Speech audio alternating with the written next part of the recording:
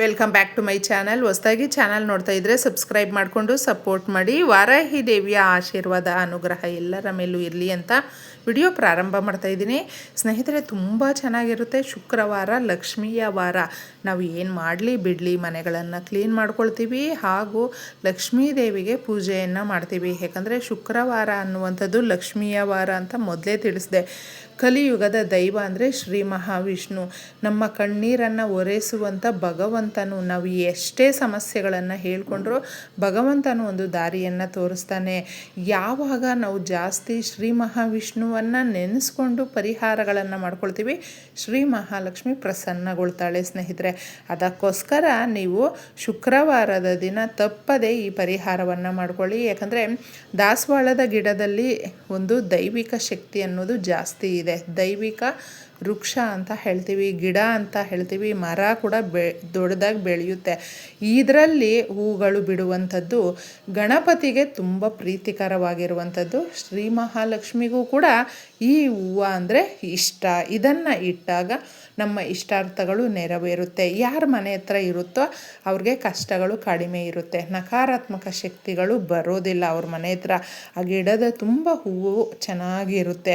ಯಾರಿಗೆ ದುಡ್ಡು ಕಾಸು ಚೆನ್ನಾಗಿ ಬರಬೇಕು, ಭೂಮಿಯನ್ನು ಕೊಂಡ್ಕೊಳ್ಬೇಕು, ಬಂಗಾರವನ್ನು ಕೊಂಡ್ಕೊಳ್ಬೇಕು, ನಮ್ಮ ಶಕ್ತಿಯ ಅನುಸಾರ ನಾವು ಈ ರೀತಿ ಸಂಪಾದನೆ ಮಾಡಬೇಕು, ಆದಾಯ ಜಾಸ್ತಿ ಆಗಬೇಕು, ಇದನ್ನು ನಾವು ಕೇಳ್ಕೊಳ್ತಾ ಇರ್ತೀವಲ್ವ.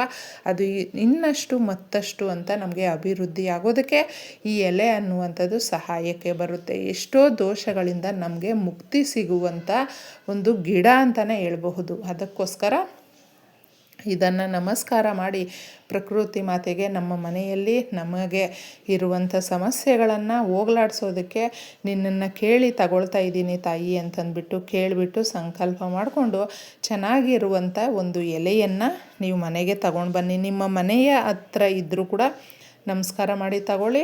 ಅಕಸ್ಮಾತ್ ಅಕ್ಕಪಕ್ಕದಲ್ಲಿ ಎಲ್ಲಾದರೂ ಇದ್ದರೂ ಕೂಡ ತೊಂದರೆ ಇಲ್ಲ, ತಗೊಳ್ಬಹುದು. ಈ ಒಂದು ಎಲೆಯನ್ನು ತಗೊಳ್ಳೋದ್ರಿಂದ ನಮಗೆ ಯಾವುದೇ ರೀತಿಯಾದಂಥ ಒಂದು ಕಷ್ಟ ಅನ್ನುವಂಥದ್ದು ಇರುತ್ತೆ ನೋಡಿ, ಆ ಕಷ್ಟಗಳನ್ನು ಹೋಗಲಾಡಿಸೋದಕ್ಕೆ ಶ್ರೀ ಮಹಾಲಕ್ಷ್ಮಿ ಆಶೀರ್ವಾದ ಕೊಡ್ತಾಳೆ. ಶುಕ್ರವಾರಕ್ಕೆ ಅಷ್ಟೊಂದು ಶಕ್ತಿ ಇದೆ. ಪರಿಹಾರಕ್ಕೂ ಕೂಡ ಅದರ ಶಕ್ತಿ ಇನ್ನಷ್ಟು ಜಾಸ್ತಿ ಮಾಡುವಂಥದ್ದು. ಈ ಪರಿಹಾರವನ್ನು ನಾವು ಮಾಡ್ಕೊಳ್ಬೇಕಾದ್ರೆ ಎಷ್ಟೋ ಜನಕ್ಕೆ ನಂಬಿಕೆಯಿಂದ ಮಾಡಿಕೊಂಡಾಗ ಭೂಮಿಗಳನ್ನು ತಗೊಳ್ತಾ ಇರ್ತಾರೆ. ನೀರು ಕುಡ್ದಷ್ಟೇ ಸುಲಭವಾಗಿ ವರ್ಷಕ್ಕೊಂದು ಸಾರಿ ಅನ್ನುವ ಥರ ತಗೊಳ್ತಾ ಇರ್ತಾರೆ. ಬಂಗಾರವನ್ನು ತಗೊಳ್ತಾ ಇರ್ತಾರೆ. ತುಂಬ ಕಡಿಮೆ ಸಂಬಳ ಇರುತ್ತೆ, ಆದರೂ ಅವರ ಜೀವನದಲ್ಲಿ ಎಷ್ಟು ಚೆನ್ನಾಗಿರ್ತಾರೆ. ಯಾವ ಥರ ಇದೆಲ್ಲ ಸಾಧ್ಯ?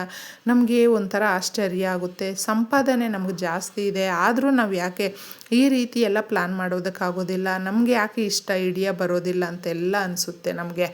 ಅದಕ್ಕೆ ಈ ಒಂದು ಎಲೆ ನಮ್ಮ ಜೀವನದ ದಿಕ್ಕನ್ನು ಬದಲಿಸುತ್ತೆ. ನಮಗೆ ಜಾತಕವನ್ನೇ ಬದಲಿಸುವಂಥ ಶಕ್ತಿ ಇದರಲ್ಲಿದೆ. ಯಾಕಂದರೆ ಕಷ್ಟಗಳನ್ನು ತಪ್ಪಿಸೋದಕ್ಕಾಗೋದಿಲ್ಲ, ಆದರೆ ಅದರ ತೀವ್ರತೆಯನ್ನು ಕಡಿಮೆ ಮಾಡಬಹುದು. ಅದರಿಂದ ಆಗುವಂಥ ಯಾವುದೇ ಒಂದು ಪ್ರಭಾವ ಇರಬಹುದು, ಅದು ನಮ್ಮ ಮೇಲೆ ಬೀರದೇ ಇರುವಂತೆ ತಾಯಿ ಆಶೀರ್ವಾದ ಮಾಡ್ತಾಳೆ. ಈ ಒಂದು ಎಲೆಯನ್ನು ತಗೊಂಡು ನೀವು ಒಂದು ಪ್ಲೇಟ್ ಮೇಲೆ ಇಡಿ ಸ್ನೇಹಿತರೆ. ಯಾವಾಗಲೂ ನಮಗೆ ಲಕ್ಷ್ಮೀದೇವಿಯ ಅನುಗ್ರಹ ಅನ್ನುವಂಥದ್ದು ಎಷ್ಟು ಮುಖ್ಯನೋ ಗುರುಬಲ ಕೂಡ ಅಷ್ಟೇ ಮುಖ್ಯವಾಗಿರುತ್ತೆ. ಗುರುವಿನ ಆಶೀರ್ವಾದ ಇದ್ದರೆ ಕೆಲಸ ಬೇಗ ಸಿಗುತ್ತೆ. ನೀವು ಅಂದ್ಕೊಂಡಿರುವ ಕೆಲಸಗಳು ಬೇಗ ಆಗುತ್ತೆ. ಮದುವೆ ವಿಳಂಬ ಆಗ್ತಾಯಿದ್ರೆ ಗುರುಬಲ ಇದ್ದರೆ ಮದುವೆ ಚೆನ್ನಾಗಾಗುತ್ತೆ. ಒಳ್ಳೆ ಮ್ಯಾಚಿಂಗ್ ಬಂದು ಜೀವನ ಸಂಗಾತಿ ಒಳ್ಳೆ ರೀತಿಯಲ್ಲಿ ಸಿಗ್ತಾರೆ ಅಂತ ಹೇಳಬಹುದು. ಹಾಗೂ ದುಡ್ಡು ಕಾಸಿಗೆ ಸಮಸ್ಯೆ ಅನ್ನೋದು ಬರೋದಿಲ್ಲ, ಅಷ್ಟು ಚೆನ್ನಾಗಿರುತ್ತೆ. ಈ ಒಂದು ಎಲೆಯನ್ನು ನೀವು ಪ್ಲೇಟ್ ಮೇಲೆ ಇಟ್ಟು ಲಕ್ಷ್ಮೀದೇವಿಗೆ ಮತ್ತೊಂದು ತುಂಬ ಇಷ್ಟವಾಗುವಂಥದ್ದು ಹಾಗೂ ಇದ್ರ ಜೊತೆ ನೋಡಿ ಕಾಳುಮೆಣಸು ಯಾವಾಗಲೂ ನಕಾರಾತ್ಮಕ ಶಕ್ತಿಗಳನ್ನು ತೆಗೆದು ಬಿಸಾಕುವಂಥ ಶಕ್ತಿ ಇದರಲ್ಲಿ ಇದೆ. ನಾವು ಮನೆಯಲ್ಲಿ ಚಿಕ್ಕ ಮಕ್ಕಳು ಇದ್ದಾಗ ಏನು ಮಾಡ್ತೀವಿ, ತಕ್ಷಣಕ್ಕೆ ಮಕ್ಕಳಿಗೆ ಮೈಗೂ ಹುಷಾರಿಲ್ಲ, ಅಳ್ತಾ ಇದ್ದಾರೆ, ದೃಷ್ಟಿದೋಷಗಳಾಗಿದೆ ಅಂತ ಹೇಳಿದ್ರೆ ಕಾಳುಮೆಣಸನ್ನು ಬೆಳ್ಳುಳ್ಳಿಯನ್ನು ತಗೊಂಡು ಅದನ್ನು ಬಿಳಿ ಬಟ್ಟೆಯಲ್ಲಿಟ್ಟು ಎಷ್ಟು ಬೇಗ ದೃಷ್ಟಿ ತೆಗೆದಾಗ ಮಕ್ಕಳು ಚೆನ್ನಾಗಾಗ್ಬಿಡ್ತಾರೆ. ಅಷ್ಟು ಶಕ್ತಿ ಇರುವಂಥದ್ದು ಇದು. ಚಿಕ್ಕ ಮಕ್ಕಳಿಗೆ ಅಲ್ಲ, ದೊಡ್ಡವ್ರಿಗೂ ಕೂಡ ಮಾಡ್ತಾರೆ.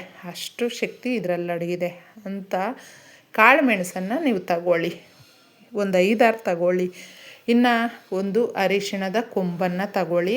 ಅರಿಶಿಣದ ಕೊಂಬು ಅನ್ನುವಂಥದ್ದು ಗುರುಬಲ ಜಾಸ್ತಿ ಮಾಡುತ್ತೆ. ನಿಮಗೆ ಅರಿಶಿಣ ಕೊಂಬು ಇಲ್ಲ ಅಂತ ಹೇಳಿದ್ರೆ ಅದರ ಬದಲು ಅರಿಶಿಣವನ್ನು ತಗೊಳ್ಬಹುದು, ತೊಂದರೆ ಇಲ್ಲ. ಮೊಗ್ಗಿರುವಂಥ ಲವಂಗವನ್ನು ತಗೊಳ್ಳಿ. ಮೊಗ್ಗಿರುವಂಥ ಲವಂಗ ಅನ್ನುವಂಥದ್ದು ದುಡ್ಡನ್ನು ಆಕರ್ಷಿಸುತ್ತೆ, ಜನ ಆಕರ್ಷಿಸುತ್ತೆ. ಇದನ್ನ ಬಿಸ್ನೆಸ್ ಮಾಡುವಂಥವರು ಕೂಡ ಅವ್ರಿಗೆ ವಾಕ್ಚಾತುರ್ಯ ಅನ್ನೋದು ಚೆನ್ನಾಗಿ ಬರುತ್ತೆ, ತುಂಬ ಇಂಪ್ರೂವ್ಮೆಂಟ್ಸ್ ಕಾಣಬಹುದು. 2 ಲವಂಗ ಸಾಕಾಗುತ್ತೆ ಈ ಪರಿಹಾರಕ್ಕಾಗಿ. ಇದನ್ನು ಮಾಡಿಕೊಳ್ಳುವಾಗ ನೋಡಿ, ಇದರಲ್ಲಿ ತಿಳಿಸಿರುವಂಥ ಒಂದೊಂದು ವಸ್ತುವು ಕೂಡ ಸುಗಂಧಭರಿತವಾಗಿರುವಂಥದ್ದು ಹಾಗೂ ಪರಿಹಾರ ಶಾಸ್ತ್ರಗಳಲ್ಲೇ ನಮಗೆ ತಿಳಿಸಿರುವಂಥ ಈ ವಸ್ತುಗಳನ್ನು ನಾವು ದುಡ್ಡು ಕಾಸಿಗಾಗಿ ಸಮಸ್ಯೆಗಳನ್ನು ಬಗೆಹರಿಸೋದಕ್ಕೋಸ್ಕರ ಮಾಡ್ತಾಯಿರ್ತೀವಿ. ಇಷ್ಟು ವಸ್ತುಗಳನ್ನು ನೀವು ಪ್ಲೇಟ್ ಮೇಲೆ ಎಲೆ ಇಟ್ಟು ಎಲೆ ಮೇಲೆ ಇವುಗಳನ್ನು ಹಾಕಬೇಕು. ತದನಂತರ ಕರ್ಪೂರದ ಬಿಲ್ಲೆಗಳನ್ನು 2 ಇಡಿ. ಕರ್ಪೂರದ ಬಿಲ್ಲೆ ಇಟ್ಟ ಮೇಲೆ ಇದನ್ನು ಸುಡಬೇಕು. ಈ ಪರಿಹಾರವನ್ನು ನೀವು ಸಂಜೆ 6 ಗಂಟೆಯ ಮೇಲೆ ಎಷ್ಟೊತ್ತಿಗಾದರೂ ಮಾಡ್ಕೊಳ್ಬಹುದು. ಕ್ಲೀನಾಗಿ ನಿಮ್ಮ ಮನೆಯೆಲ್ಲ ಓಡಾಡಿಸಿ ಇದನ್ನು ಇಟ್ಕೊಂಡು ಓಡಾಡಿಸ್ತಾ ನೀವು ಒಂದೇ ಕೇಳ್ಕೊಳ್ಬೇಕು, ನಮ್ಮ ಮನೆಯಲ್ಲಿ ಸುಖ ಶಾಂತಿ ಸಮೃದ್ಧಿ ನೆಲೆಸುವಂತೆ ಮಾಡು. ಯಾವುದೇ ಮೂಲೆಯಲ್ಲಿ ನಕಾರಾತ್ಮಕ ಶಕ್ತಿಗಳಿದ್ದರೂ ಕೂಡ, ಸಾಲದ ಸಮಸ್ಯೆ ಇದ್ದರೂ, ಆರೋಗ್ಯ ಸಮಸ್ಯೆ ಇದ್ದರೂ, ನಮ್ಮ ಮನೆಯಲ್ಲಿರುವಂಥ ಮನುಷ್ಯರು ಮನಸ್ಥಿತಿ ಚೆನ್ನಾಗಿಲ್ಲ ಅಂತ ಏನಾದರೂ ಇದ್ದರೆ, ಯಾಕಂದರೆ ಸದಸ್ಯರು ಒಂದೊಂದು ರೀತಿಯಲ್ಲಿ ಆಲೋಚನೆ ಮಾಡ್ತಾ ಇರ್ತಾರೆ. ಒಬ್ರನ್ನ ಕಂಡ್ರೆ ಒಬ್ರಿಗೆ ಇಷ್ಟ ಇರೋದಿಲ್ಲ. ಅಂತಹವರು ಕೂಡ ಇದನ್ನು ಮಾಡಿಕೊಂಡಾಗ ಒಳ್ಳೆ ರೀತಿಯಲ್ಲಿ ರಿಸಲ್ಟನ್ನು ಕೊಡುತ್ತೆ. ಸುಟ್ಟು ಇದನ್ನು ಅದರಲ್ಲಿ ಬರ್ತಾ ಇರುವಂಥ ಹೊಗೆ ಎಲ್ಲ ನಿಮ್ಮ ಮನೆಯೆಲ್ಲ ಆಡುತ್ತೆ. ಸೀದಾ ತಗೊಂಡು ಬಂದಿದ್ದೆ ನಿಮ್ಮ ಮನೆಯ ಬಾಗಿಲ ಹತ್ರ ಇಡಬೇಕು. ಇದನ್ನು ನೆನಪಲ್ಲಿ ಇಟ್ಕೊಳ್ಳಿ. ಬಾಗಿಲು ತೆಗೆದೇ ಇರಲಿ. ಶುಕ್ರವಾರ ಆಗಿರೋದ್ರಿಂದ ಶ್ರೀ ಮಹಾಲಕ್ಷ್ಮಿ ವಿಷ್ಣು ಸಮೇತ ಭೂ ಸಂಚರಿಸಲು ಬರ್ತಾರೆ ಸ್ನೇಹಿತರೆ. ಪ್ರತಿ ಮನೆ ಹತ್ರನೂ ಬಂದು ನೋಡ್ತಾರೆ. ಹೊಸ್ತಿಲನ್ನು ನೋಡಿ ತಾಯಿ ನಾವು ನೀಟಾಗಿ ಇಟ್ಕೊಂಡಿದ್ರೆ ಒಂದು ಶ್ರದ್ಧಾ ಭಕ್ತಿ ನಂಬಿಕೆಯಿಂದ ತಪ್ಪದೆ ಆ ತಾಯಿ ನಮಗೆ ಒಲಿದು ಬರ್ತಾಳೆ ಅಂತ ಹೇಳಬಹುದು. ಇದನ್ನು ಅಷ್ಟೊತ್ತು ನೀವು ಮನೆಯೆಲ್ಲ ಸುತ್ತಾಡಿಸಿ ಬಾಗಿಲ ಹತ್ರ ತಗೊಂಡು ಬಂದು ಇಟ್ಟು, ತದನಂತರ ತಣ್ಣಗಾದ ಮೇಲೆ ಆ ಬೂದಿಯನ್ನು ನೀವು ತಗೊಂಡೋಗಿ ಎಲ್ಲಾದರೂ ಇವತ್ತು ಹಾಕಬಹುದು, ಇಲ್ಲಾಂದರೆ ನಾಳೆ ಕೂಡ ಹರಿಯುವ ನೀರು ಎಲ್ಲಾದರೂ ಗಿಡ ಮರಗಳು ಹಸಿರು ಬಳ್ಳಿಗಳು ಆ ಕಡೆ ಇರುವಂಥ ಜಾಗಗಳಲ್ಲಿ ಹಾಕಿಬಿಟ್ಟು ಬನ್ನಿ. ಇಷ್ಟು ಸುಲಭವಾಗಿ ಮಾಡಿಕೊಂಡ್ರೆ ಸಾಕು. ಯಥೇಚ್ಛವಾಗಿ ಸುಖ ಶಾಂತಿ ಸಮೃದ್ಧಿ ಅನ್ನೋದು ಸಿಗುತ್ತೆ. ಮನೆಯಲ್ಲಿ ಶಾಶ್ವತವಾಗಿ ಶ್ರೀ ಮಹಾಲಕ್ಷ್ಮಿ ಕುತ್ಕೊತಾಳೆ, ಸ್ಥಿರ ನಿವಾಸಿಸ್ತಾಳೆ. ಯಾಕಂದರೆ ಇದೆಲ್ಲವೂ ಇಷ್ಟಪಡುವಂಥ ವಸ್ತುಗಳಾಗಿರೋದ್ರಿಂದ ಶ್ರೀ ಮಹಾವಿಷ್ಣು ಸಮೇತ ಬಂದು ನಮ್ಮ ಮನೆಯಲ್ಲಿ ನೆಲೆಸಮ್ಮ ಅಂತ ಕೇಳಿಕೊಂಡು ಈ ಪರಿಹಾರವನ್ನು ಮಾಡ್ಕೊಳ್ಳಿ. ಎಲ್ರಿಗೂ ಒಳ್ಳೆಯದಾಗುತ್ತೆ. ಇಷ್ಟೇ ಸುಲಭವಾಗಿ. ಧನ್ಯವಾದ.